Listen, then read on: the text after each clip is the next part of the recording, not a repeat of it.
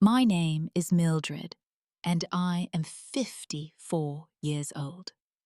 The moment I closed my fingers around those keys to my beach house, I felt something I had not experienced in years. Pure joy.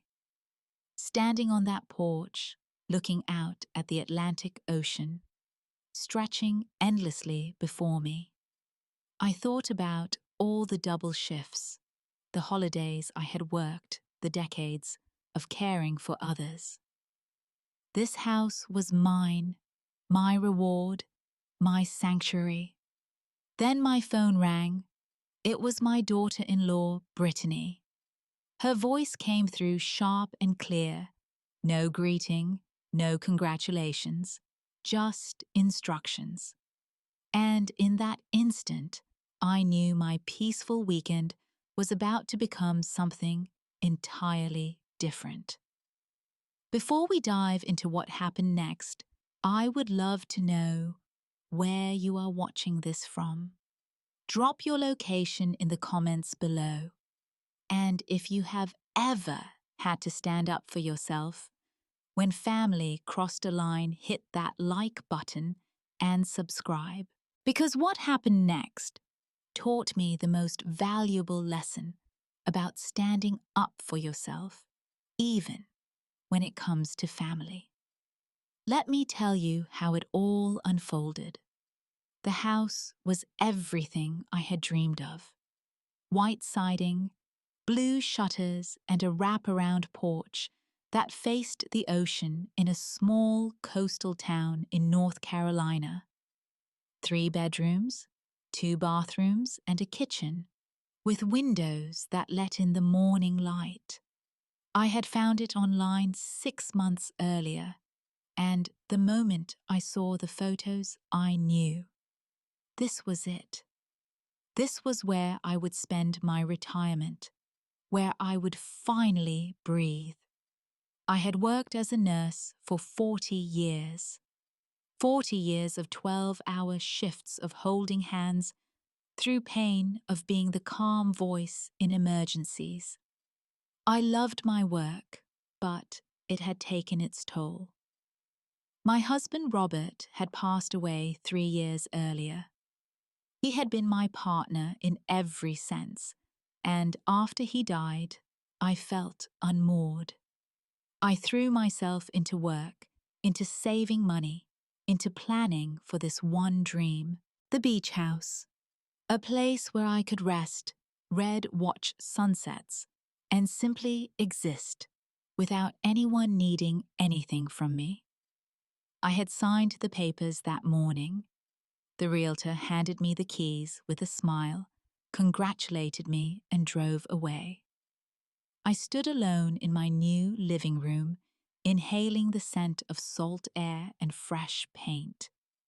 I walked through each room slowly, imagining where I would put furniture, which bedroom would be mine, how I would arrange books on the empty shelves. It felt like the beginning of a new chapter, a chapter written just for me. Then my phone buzzed.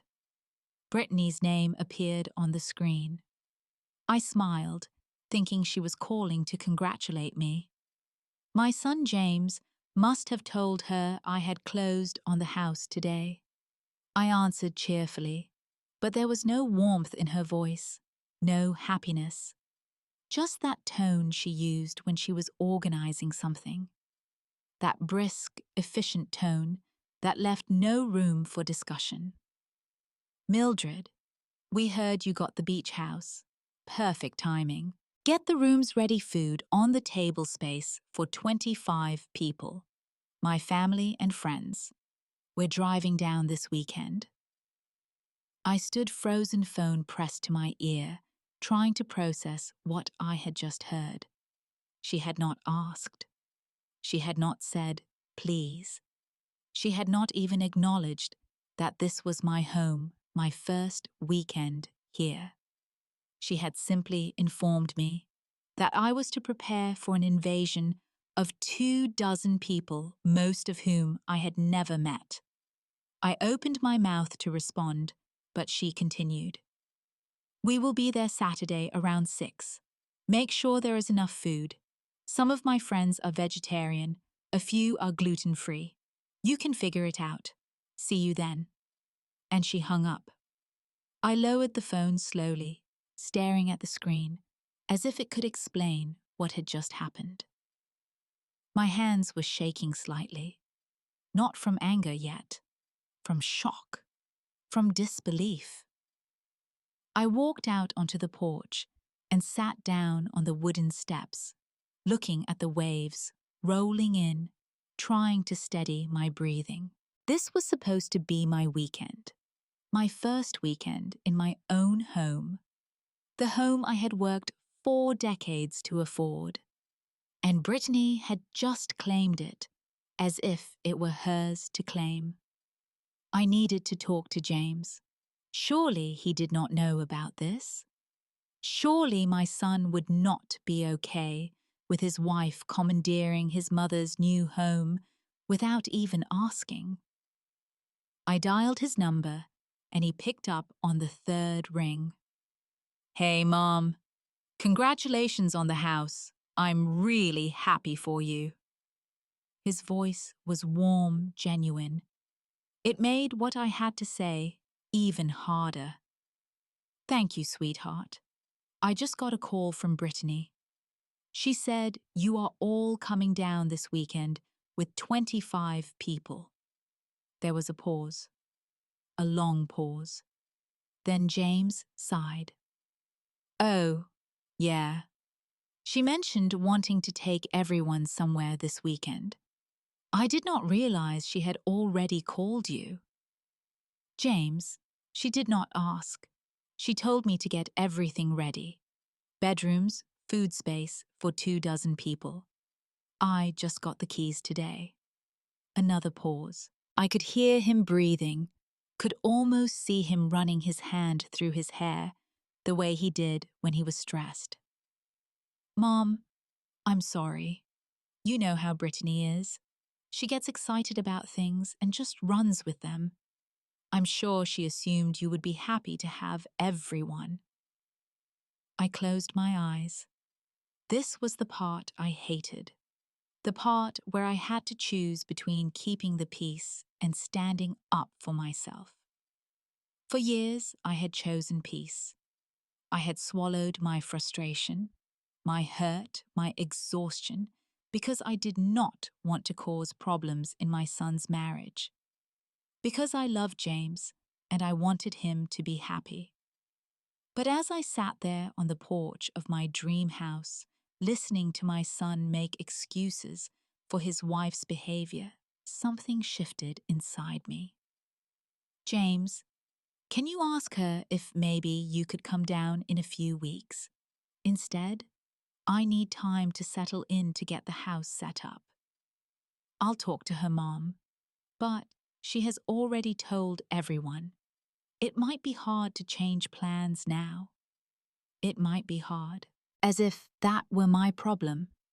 As if I were the one being unreasonable. We said goodbye, and I sat there with my phone in my lap, thinking about all the other times Brittany had done this. Not quite this bold, but similar enough that I should have seen the pattern earlier. There was the time she borrowed my car. She had called and said she needed it for a weekend while hers was in the shop.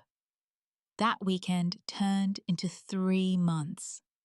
When I finally asked for it back, she acted surprised, as if she had been doing me a favor by using it. There was the time she threw a surprise birthday party for James at my house. I came home from a shift to find 30 people in my living room, dirty dishes piling up in my kitchen, and Brittany in my kitchen, telling me what appetizers I needed to make. She had a list. I spent the entire evening cooking, while she played hostess in my home. And there were smaller things, the way she would drop by unannounced and expect me to babysit their dog. The way she would volunteer me for things without asking. Bake sale at the school. Mildred will make cookies. Need someone to drive a carpool. Mildred has time. James always defended her. She means well, Mom. She's just efficient. She's a planner. And I had always nodded, smiled, and told myself it was not worth the fight. But this was different. This was my home, my dream, my boundary. I stood up from the porch steps and walked back inside. I looked around at the empty rooms, at the blank canvas, waiting for me to make it my own. And I made a decision. I would do exactly what Brittany asked. I would prepare for their arrival. But I would do it my way. A small smile crossed my face for the first time since that phone call. Saturday morning, I woke up early and drove to the local grocery store. It was a small place, the kind where everyone seemed to know each other, where the cashier asked about your day and meant it. I walked through the aisles with my cart, picking up items carefully. Bread, several loaves of plain white bread, peanut butter, grape jelly, apples, bananas, a bag of oranges, paper plates, plastic cups, napkins. The cashier, a woman in her 60s with kind eyes, rang up my items and smiled. Having a party? Something like that, I said. I drove back to the beach house and unloaded everything onto the kitchen counter. Then I walked through the house assessing what needed to be done. The bedrooms upstairs were empty, except for the mattresses that had come with the house. The previous owners had left them because they were buying new furniture for their next place. I had planned to get my own mattresses eventually, but for now, these would do. I did not put sheets on them. I did not fluff pillows or lay out blankets. I simply opened the closet in each room and placed one folded blanket inside. If they wanted to make their beds, they could. They were adults. Downstairs, I wiped down the kitchen counters and swept the floors. I arranged the bread, peanut butter, and jelly on the counter. I put the fruit in a bowl. I stacked the paper plates next to the plastic cups. It looked sparse. It looked basic. It looked exactly like what someone would prepare when they had been given 2 days' notice to host 25 uninvited guests. As I worked, I thought about my late husband, Robert. He had always encouraged me to speak up more. Millie, he would say, using the nickname only he was allowed to use. You have a voice. Use it. People will walk all over you if you let them. I had always brushed him off with a laugh. I'm fine, Robert. I don't mind helping. But the truth was, I did mind. I minded a lot. I just did not know how to say no without feeling guilty. Without feeling like I was failing somehow as a mother-in-law, as a woman who was supposed to be nurturing and selfless. My co-workers at the hospital had seen it too.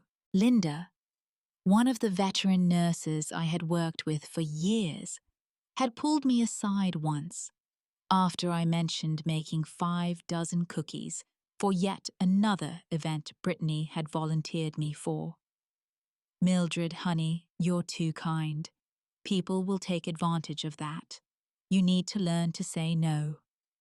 I had nodded and thanked her for her concern. But I had not changed. Not then. Now, standing in my beach house, looking at the peanut butter and jelly sandwiches I was about to offer to 2 dozen people, I realized that maybe Linda had been right. Maybe Robert had been right. Maybe it was time to stop being quite so kind. My phone buzzed. Another text from Brittany. We will be there at 6. Make sure dinner is ready. My friends are vegetarian gluten-free and some are lactose intolerant. Figure it out. Figure it out. As if feeding 25 people with specialized diets on 2 days' notice was just a minor detail. I typed back a simple response. It will be ready. And it would be, just not the way she expected. Saturday arrived warm and clear. I spent the morning on the porch with a cup of coffee, watching the waves. At noon, I made myself a sandwich from the supplies I had bought. Peanut butter and jelly on white bread. It was simple, but it was enough. And that was the point. At 5:30, I heard the sound of engines. Multiple engines. I walked to the front window and watched as 5 cars pulled up in front of the house, parking haphazardly along the street. Doors opened and people poured out. I counted quickly. 25, just as Brittany had promised. Brittany stepped out of the lead car, wearing a white linen shirt, designer sunglasses perched on her head, and sandals that probably cost more than my monthly grocery bill. She looked every bit the confident, successful woman she was. Behind her, James emerged from the passenger seat, carrying bags, looking tired. I opened the front door and stepped onto the porch. Brittany saw me and waved, but it was not a warm wave. It was the wave of someone who expected things to be done. Mildred, we made it. Where should everyone put their bags? No hello. No how are you? No thank you for having us. Just logistics. I kept my voice calm. The bedrooms are upstairs. 3 rooms. You can divide however you like. People started filing into the house, dragging suitcases, looking around curiously. I heard murmurs as they explored. I stayed on the porch watching as Brittany directed people, like a general commanding troops. After a few minutes, she came back downstairs, her expression tight. Mildred, where are the sheets, the pillows? The beds are just mattresses. I met her eyes steadily. I left blankets in the closets. You are all adults. I am sure you can make your own beds. Her mouth opened slightly, then closed. One of her friends, a tall woman with red hair, appeared behind her. Britt, there is no bedding upstairs. Are we supposed to sleep on bare mattresses? Brittany turned to her friend, then back to me, her face flushing. I thought you said you would get everything ready. I did. The house is clean. There are beds. There are blankets. That is ready. James appeared then, looking uncomfortable. Mom, is everything okay? Everything is fine, honey. Why don't you show everyone where the kitchen is? I am sure everyone is hungry. Brittany's eyes narrowed, but she followed me inside as I led the group to the kitchen. I stood aside as they filed in, watching their faces as they took in the spread on the counter. Bread, peanut butter, jelly, fruit, paper plates, plastic cups. The silence was immediate and heavy. 25 people stood in my kitchen, staring at what was clearly not the dinner they had expected. One of Brittany's friends whispered something to another. A few people shifted uncomfortably. Brittany's face went from pink to red. She turned to me, her voice sharp. Are you serious? This is what you prepared for 25 people, peanut butter and jelly. I kept my tone even, almost pleasant. You said you needed food on the table. This is food. It is simple, yes. But it is what I could manage with the notice I was given. Notice I called you days ago. You called me 2 days ago. You did not ask if this weekend worked for me. You did not ask if I was ready for guests. You told me to prepare for 25 people, most of whom I have never met in my brand new home that I had owned for exactly 1 day. The room went completely silent. Even the people who had been whispering stopped. All eyes were on me and Brittany. Brittany opened her mouth, closed it, then opened it again. I assumed you would want to host your family properly. I took a breath, feeling decades of swallowed words rising in my throat. But I kept my voice calm, steady. This was not about yelling. This was about truth. I would love to host my family when I am invited, when I am asked, not when I am commanded. Commanded, I did not command you. You called me and told me to get the rooms, ready food on the table space for 25 people. You did not say please. You did not ask if it was convenient. You did not even congratulate me on buying the house.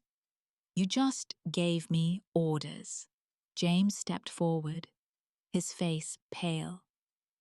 Mom, I think there has been a misunderstanding. I looked at my son, at his kind face, so much like his father's, and I felt my heart soften. But I did not back down. No misunderstanding, sweetheart. Your wife called me and expected me to drop everything and serve her and her friends, and I am done pretending that is okay. I turned back to Brittany. This is my home, my first home that truly belongs to me. I worked for 40 years as a nurse to afford this place.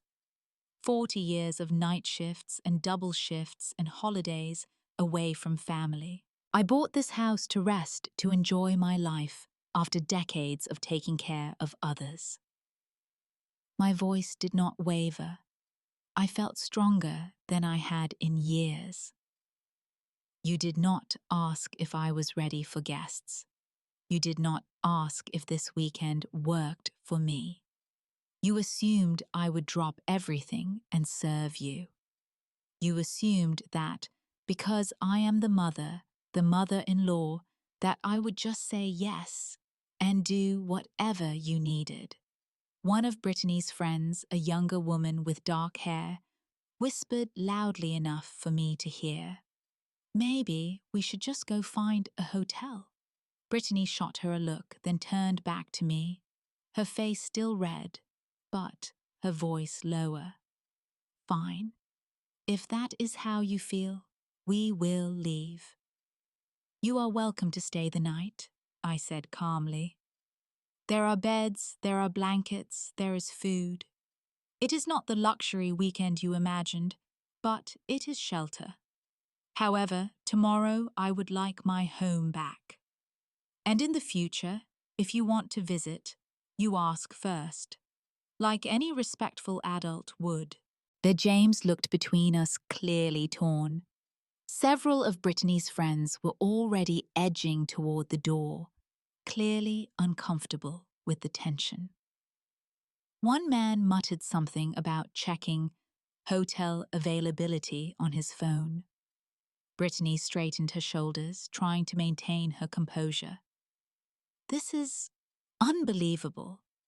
You are really going to embarrass me in front of my friends. I am not trying to embarrass you, Brittany. I am trying to set a boundary. There is a difference. She stared at me for a long moment, and I could see the wheels turning in her mind. She was used to people backing down, She was used to getting her way, but I was not backing down, not this time. Finally, she grabbed her purse from the counter. "Fine. Come on, everyone. We are leaving." Most of her friends looked relieved. They filed out quickly, murmuring apologies as they passed me.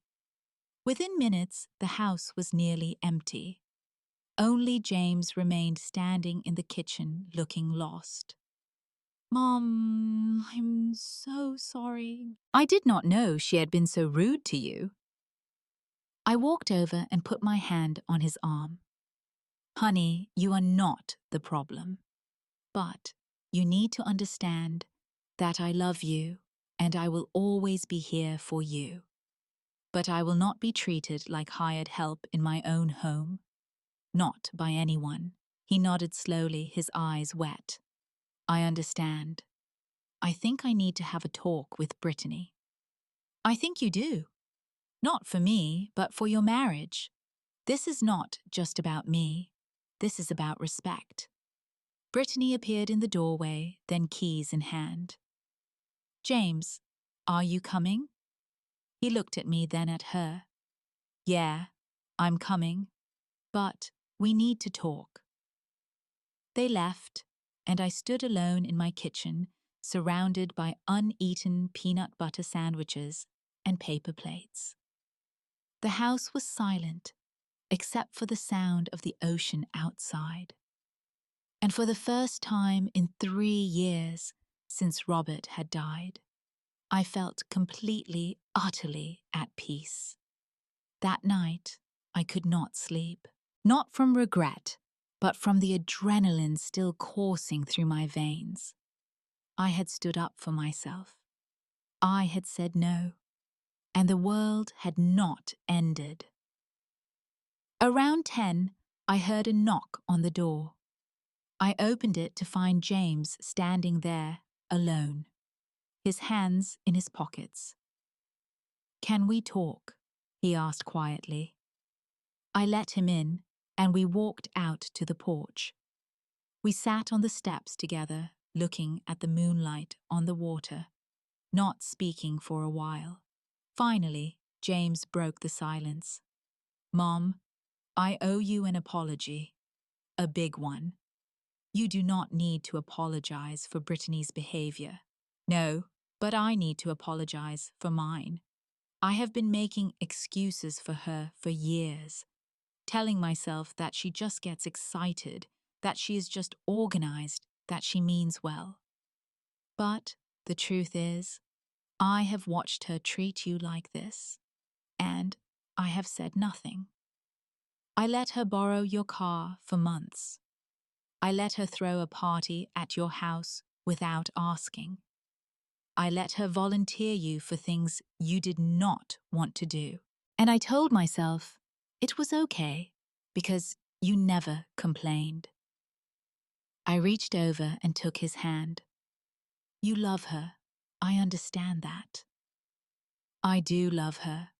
But love does not mean ignoring when someone you care about is being disrespected.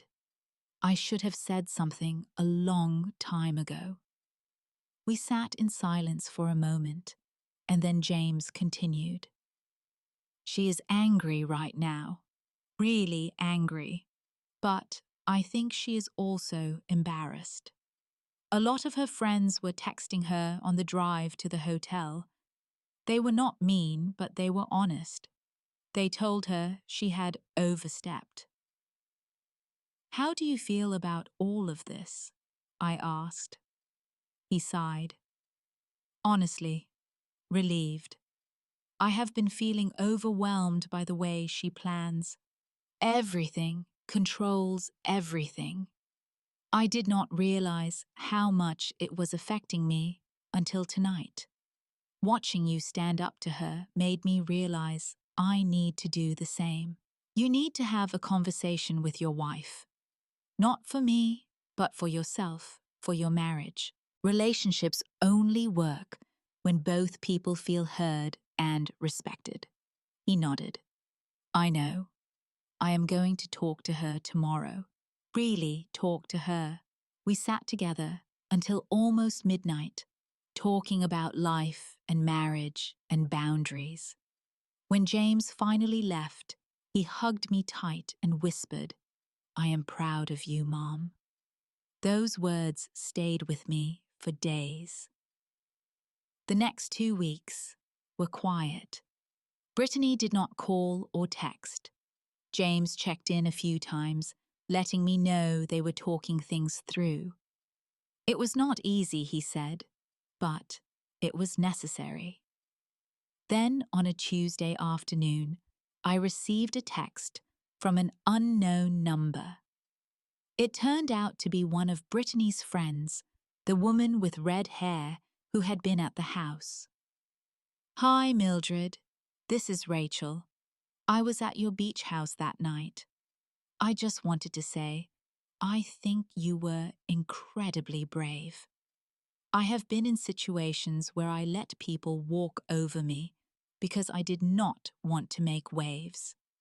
Watching you stand your ground inspired me. Thank you." I stared at that message for a long time.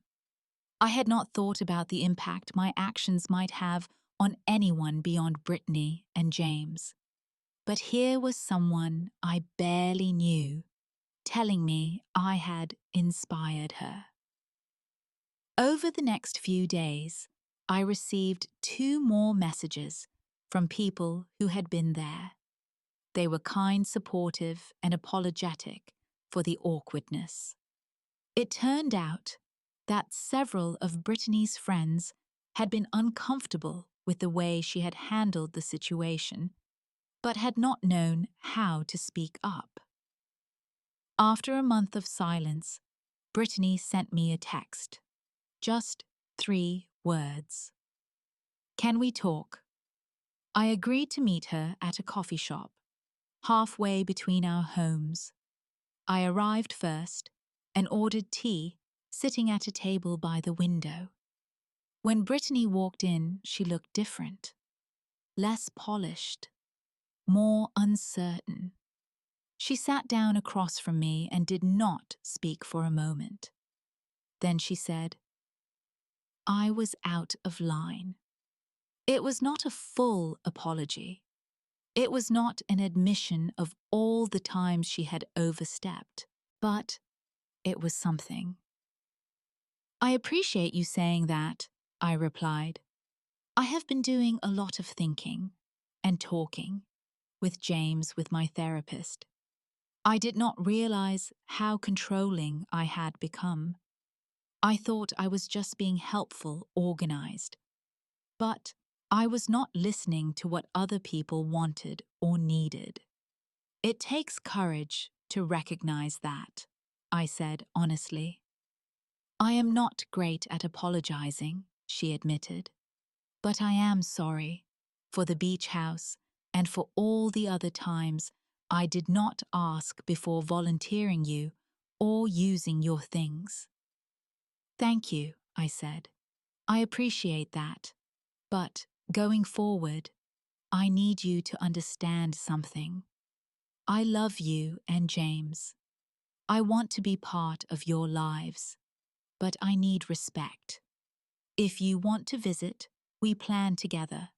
If you need help, you ask, and I have the right to say no." She nodded slowly. "I understand. I can do that." It was not a perfect resolution. It was not a Hollywood ending where we hugged and cried and became best friends. But it was real. It was a start. Over the following months, things shifted. James and Brittany visited the beach house a few times, but always after asking first. Brittany's tone when she called was different, softer, more considerate. She asked questions instead of giving orders. I decorated my beach house slowly, filling it with things I loved. Books, comfortable chairs, art that made me smile. I invited my own friends down, women I had worked with over the years, and we spent weekends laughing and talking and walking on the beach. Sometimes I sat alone on the porch at sunset, watching the sky turn orange and pink, and I thought about that night. The night I finally said no. The night I chose myself. Looking back now, I realize that moment was not just about a beach house or a rude daughter-in-law. It was about 40 years of saying yes when I meant no. It was about decades of putting everyone else first and assuming that was what love required. I learned that love and respect must go together. You can love someone deeply and still set boundaries. You can care about someone and still say no. For years, I thought being a good mother-in-law, meant sacrificing my own needs. But that day taught me that self-respect is not selfish. It is necessary. Relationships thrive on mutual respect. When one person constantly gives and the other takes, resentment builds silently until one day it explodes. By standing up for myself, I actually helped my relationship with Brittany. She learned I was not a doormat, and surprisingly, she respected me more for it. That beach house became more than just property. It became a symbol of my autonomy, a reminder that I spent 40 years caring for others, and now it was okay to care for myself. It represented the boundary I had finally learned to draw. If there is one thing I want you to take away from my story, it is this. Do not wait until you are 54 to start setting boundaries. Speak up early, respectfully but firmly, because the people who truly love you will understand, and those who do not, well, they will learn. And if they do not learn, that is okay too. Your peace matters more than their comfort. I am sitting on my porch right now as I tell you this story, watching the waves roll in, alone.